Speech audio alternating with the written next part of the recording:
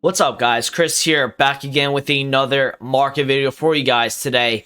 In this video, I want to talk about the new headliner promo, kind of going through some of the content that we got today, some of the things we saw on the market, and how you guys in the future can make coins off of these certain trends that we are seeing.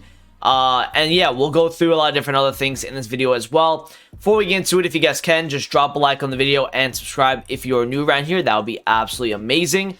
All the links to my social medias will be in the description. If you guys want to know when I go live on Twitch and when I upload to YouTube, make sure you guys go check out the Instagram and make sure to check out the Twitter as well. So let's get into the video today. First, I'm going to show you guys the headliner team that we did get. And for me, I was telling people in my chat earlier today, we did do an early stream earlier.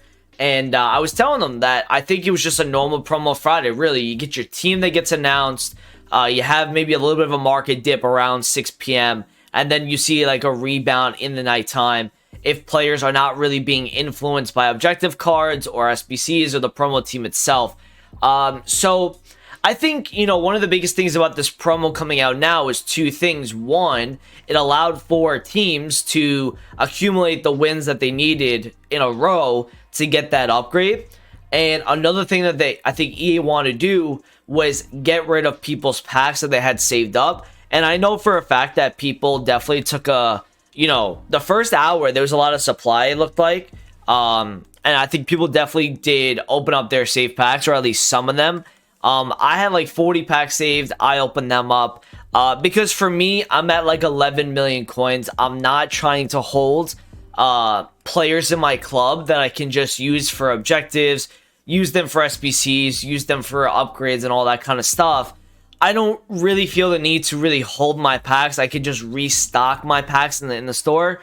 So we opened them today. The highlight of that was Bamba. We did pack Bamba on, if you guys saw my Twitter. Have they update? They have not put in the headliner version here yet, which is kind of interesting.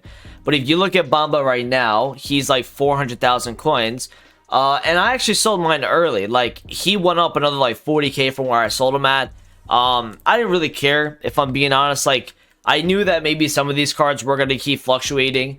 I just decided to take my coins. Like I always tell you guys, the coins are right there. It's guaranteed. If it goes up more, it is what it is. I'm still profiting off of the pack that I just got. And that was out of a 25k pack. I think it was a Premium Gold Players pack. And that was really it. I don't think I really got anything else that was like super good. I did pack Hinterrager as well, but that was really it. Let me just explain to you guys, and I think I'm going to be doing more RTG episodes soon, just kind of showing you guys what I've been doing on my RTG. A lot of icon trading, man. This is kind of like the bulk of what I've been doing a lot, is icon trading. Rivaldo's here.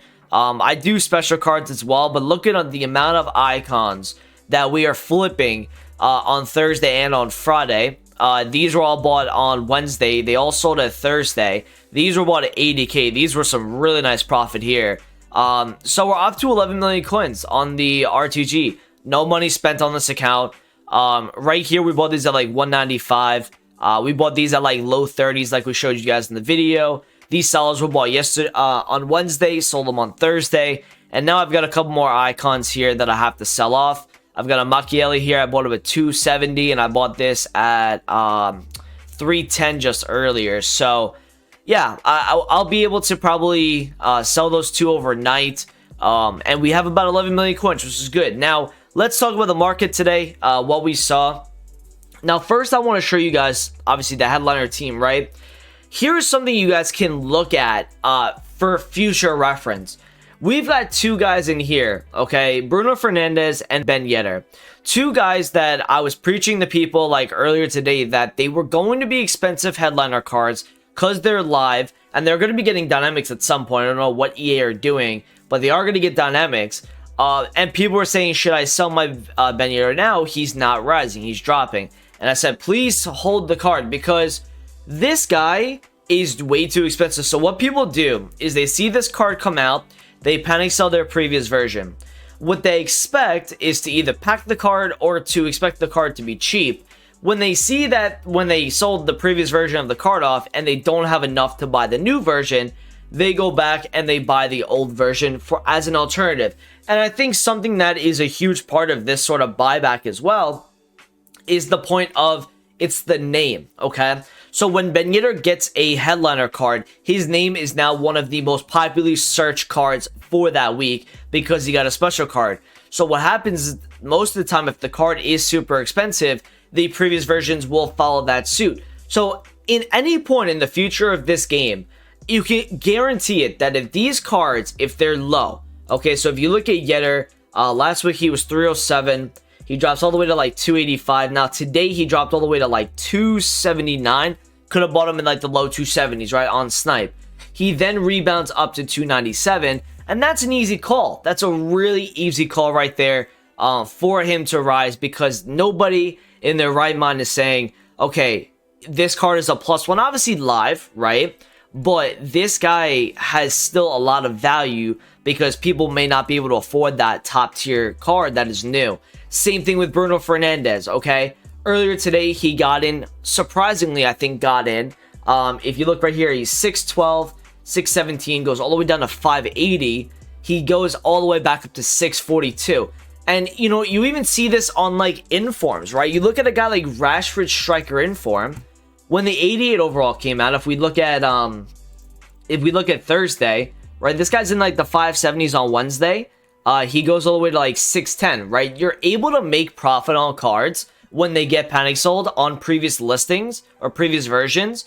This went up because of the striker version, and this is a left mid version, right? Same thing with Lautaro Martinez. We were talking about in the video or on the stream last night, why the Lautaro Martinez cards, their prices are around the same. And that's because one's a striker, one's more rare. The other one's a left forward. It's harder to get chem with those cards in those positions. People prefer them at like striker, and that's what you're seeing, obviously. So that's in the future, man. If you see a card that you know is going to be super expensive, and you see the previous version getting sold off, it could be an opportunity for you guys to flip those cards. Now, another thing to look at is the icon index. Now, obviously, like I showed you guys, we bought a lot of icons on Wednesday. We sold them on Thursday. I had to sell a couple overnight into today. And we made a good like 500-600k profit off of rewards. I think probably like 500k. The icon market went down all the way to 76 from 78.8 earlier today. It's now creeping itself back up to 78.8. And if this guy goes to like 79 to 80 tonight, I think this is a really good market rise on the icons. Another thing to look at is the fodder market, which went up a lot today. Now, why do EA keep making SBCs to make fodder rise? Well, I think it helps them in two ways. It helps them stimulate the fodder market, but also stimulates their pack sales. You cannot, okay, you cannot have fodder at the bottom of the barrel and be able to sell packs. Like, people don't understand that fodder is a pack value in itself. If you pack it, like for example, I packed a Chiellini earlier today. I have not sold it yet, right? If we go look at Chiellini on the market right now, okay, it doesn't make any sense from EA's point of view to keep this guy, and right now he's 35k. It doesn't make sense for them to keep this guy in the 20s because people are going to open up packs and they'll be like, what's the point? Fodder is literally nothing. There's literally nothing. If I'm not packing a special card, if I'm not packing a top tier card, I'm not going to really make anything on these packs. So EA definitely makes fodder rise to be able to just have some sort of pack value in there. And I think it's in their best interest to do that. So a way that you guys can trade in the future with these cards, and especially some of these 85 overalls, if you look at Luis Alberto here, right, we got a lot of pack supply yesterday from the League SBCs, right? If you look at Thursday, he went from 15,000, dropped to 13.2, went back to 14.5. He then dropped all the way down to like 11k-ish.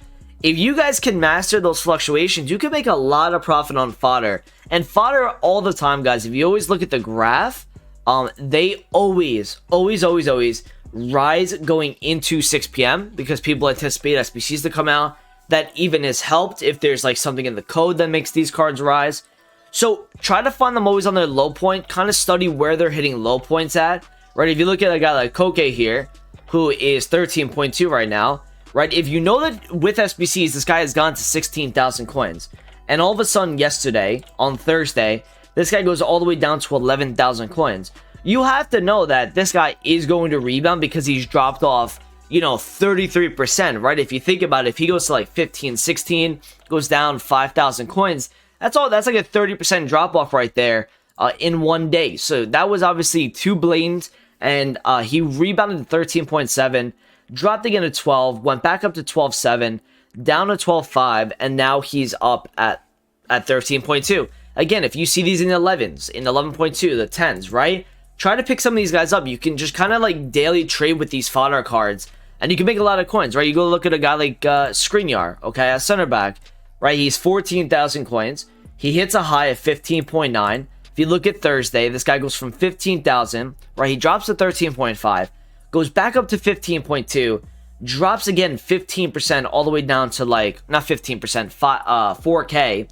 He goes all the way down to like 11, back up to a 14 now. And I think he hit a high point earlier today as well. Yeah, he hit a 15K, so he's down 1,000 from where he was at his peak.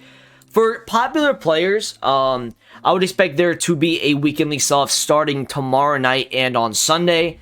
And I think next week is going to be your standard market. Now, I know a lot of people are asking like, yo, when do I buy these Neymars? When do I buy Mbappe? These kind of players. Listen, until we get a team leader loading screen, you're going to have a normal market rise and drop on these sort of cards. You're going to see a decent drop off on the Saturday night and the Sunday as people are liquidating teams to go untradeable until team of the year. You then, if we don't get any loading screen until like Thursday or Friday, you're going to see them rise again just a little bit, like you see with a guy like Mbappe today. If you look at where he was on Thursday, right, he's 931, goes to 940. Earlier today, he was down to like 920-ish, and then he rebounded back to 940. So you're just going to kind of see these guys keep fluctuating weekly until we do get a team leader loading screen, and that's when that market is going to start dropping significantly. And one last thing about the icon swaps, I think it's a joke that, what they're trying to make us... it's 85 games to complete all of these. I don't even know how I'm going to be able to do this because I'm not trying to play squad battles.